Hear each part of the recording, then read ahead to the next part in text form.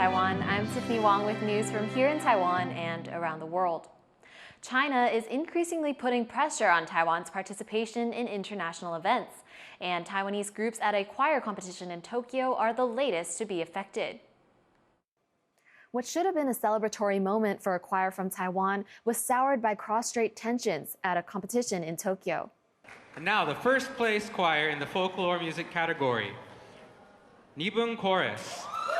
Nibun Chorus, a Bunun indigenous singing group from Kaohsiung, was one of 3 choirs from Taiwan competing in the folk music category. A total of 8 choirs from Taiwan registered in the international competition under the name Taiwan.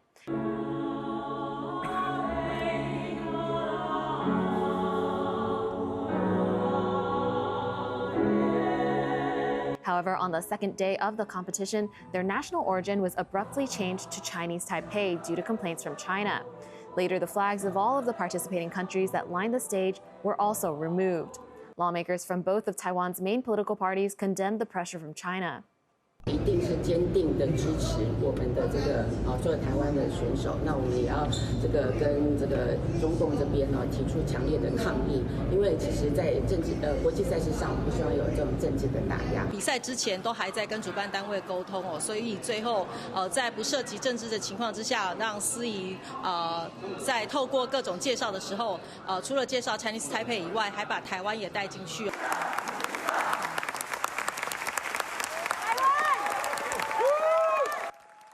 This is just the latest incident of China forcing Taiwanese teams to participate as Chinese Taipei in international competitions. And even in an event where the focus should be the music, it's clear that the name still is a sensitive subject for Beijing. Howard Zhang and Tiffany Wong in Taipei for TaiwanPlus. Taiwan's foreign ministry has condemned China's pressure at the competition and expressed regret that the organizers agreed to change the name. Taiwan's sports authorities say its athletes experienced unprecedented pressure from China at a major event in Germany. Taiwan sent nearly 200 student athletes to the 2025 World University Games, participating under the name Chinese Taipei. All of Taiwan's national teams compete under this name due to pressure from Beijing. Several incidents occurred outside of the competition, with Chinese officials attempting to interfere with Taiwan's athletes. The head of Taiwan's sports administration praised the athletes for their strong performance despite the pressure. Taiwan won 5 gold, 13 silver, and 7 bronze medals at the Games. Taiwan's Consumer Confidence Index rose in July, the first time it's gone up in 5 months. The increase was driven by growing optimism in the local stock market. Out of 6 major indicators, timing for stock investment showed the most significant rise. Analysts say this is tied to NVIDIA restarting exports of its H20 chips to China, prompting its Taiwanese supplier TSMC to ramp up production. While confidence was up slightly in July, the index still indicates general pessimism in the national economy. Taiwan is taking its space ambitions to new heights. The National Science and Technology Council has broken ground on the country's first research rocket assembly plant and control center, a major step towards being able to launch a home-built rocket into space by 2034. Irene Lin reports.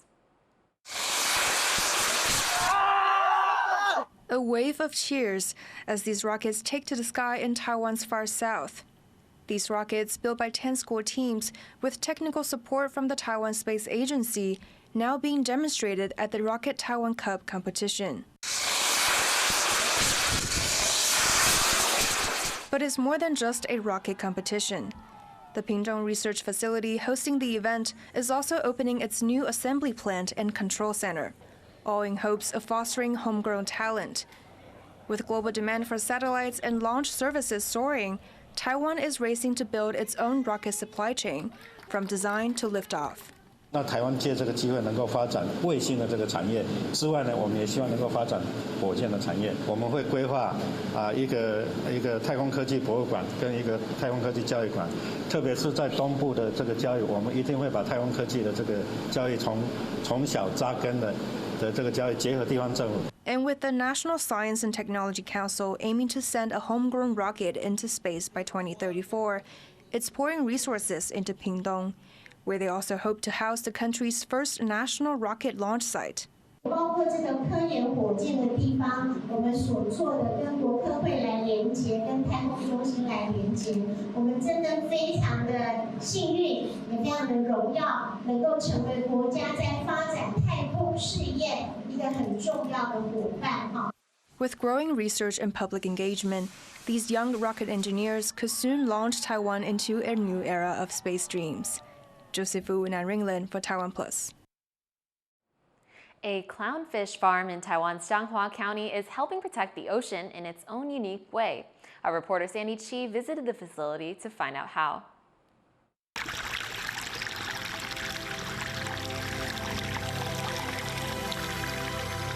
An interesting-looking fellow.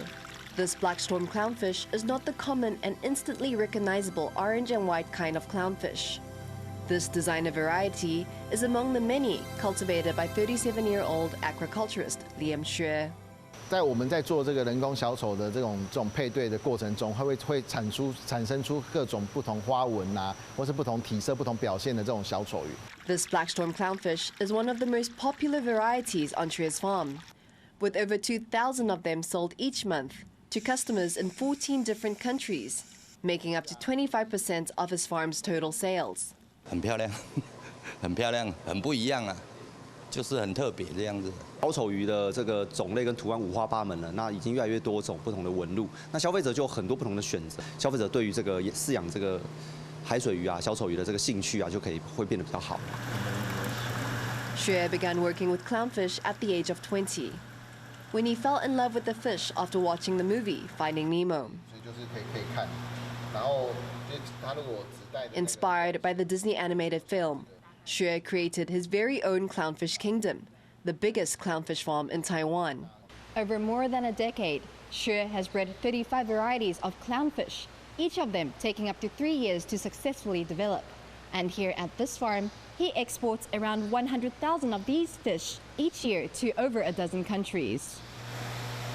Some may struggle with the idea of breeding designer fish in captivity for sale. But Xue says he hopes to use his business for the benefit of clownfish in the wild. 我们为了要能够说去避免大家就是去野外捕捞小丑鱼，然后对珊瑚礁海域造成破坏，其实我们是反向的是鼓励，如果你喜欢养这个小海水鱼，想要养小丑鱼，你可以选择人工小丑鱼。好，那这样子基本上我们又可以满足我们的兴趣，同一时间我们也可以避免我们对我们海洋珊瑚礁生态的这个破坏，算是用我们的方式来保护我们爱的海洋。Xue does not do business with just anyone, especially not with those who plan to release his fish into the wild. Although his fish could survive there, he's concerned that they might unbalance the ecosystem. Experts have also praised Xue's efforts in protecting wild clownfish. Because it was so wonderful. First, the organization, the clarity of the organization, how everything is really safe and clean and well designed, and the professionalism behind that, and the diversity of fish they have created by breeding and crossing many lines. Thanks to captive bred clownfish, there is much less clownfish captured in the wild for aquarium trade. Now, with years of working with clownfish, to Xue, his marine fish are more than just a commodity for sale. 它就好像我们的家人，像我们的朋友一样，所以其实我们也希望它可以过得更好。Now, with his clownfish kingdom, Xue hopes to further show the world how his expertise and care can help protect the ocean and make a difference in conservation. Devon Tsai and Sandy Chi for TaiwanPlus.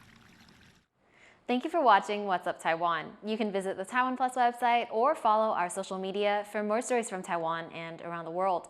Finally, today we leave you with images from Bolivia's Peraton, a dog race organized by the National Police to promote responsible pet ownership and to celebrate 200 years of service. I'm Tiffany Wong. Take care and see you next time.